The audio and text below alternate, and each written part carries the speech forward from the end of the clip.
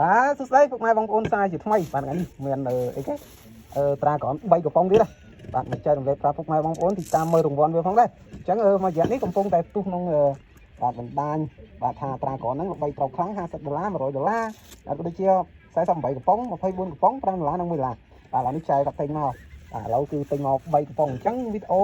បាទមិនថាត្រាក្រនទេគឺគ្រប់ភេទចាក់មានរង្វាន់និងស្រាប់មានរង្វាន់នឹងតែធ្វើវីដេអូចែករំលែកចែកជូនពុកម៉ែបងប្អូនទស្សនានៅក្នុងបណ្ដាញសង្គម YouTube បាទពុកម៉ែបងប្អូនពេញចិត្តកុំភ្លេចជួយចុច Subscribe និងដាក់រូបកណ្ដឹងមួយផងដើម្បីទទួលបានវីដេអូថ្មីៗរូបខ្ញុំច្រើនទៀតចុះអូអាហ្នឹងគេត្រូវអីគេខ្លះហ្នឹងឡូវត្រូវទាំង3ហ្នឹងអត់អានេះក៏អត់បានអត់ដែរណាបងប្អូនទៅប្រហែលតិចទេព្រោះអានេះយើងប្រហែលតិចគឺយើងអត់ដឹងទេបើវាមានស្នាប់កខុសក៏មានត្រូវក៏មានដែរបាទឥឡូវចែកយកកោះមើលឡូវឲ្យចែកកោះនេះចែកលើកខ្ពស់តែឥឡូវយើងអ៊ុតមួយសិន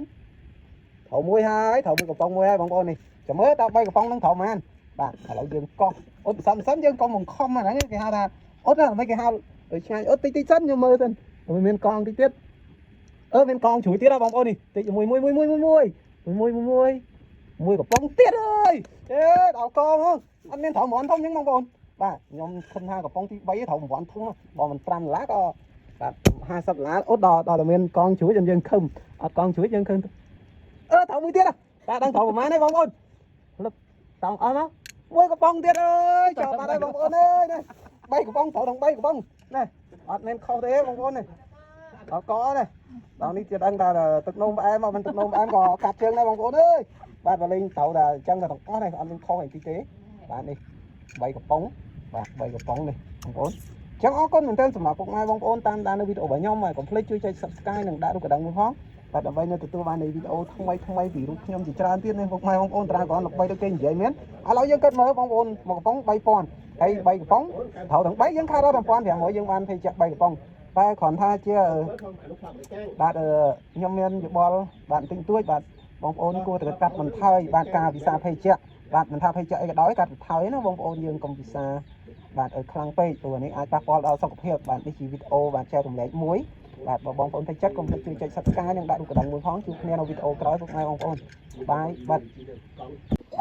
សួស្តីពុកម៉ែបងប្អូនសាជាថ្មីហ្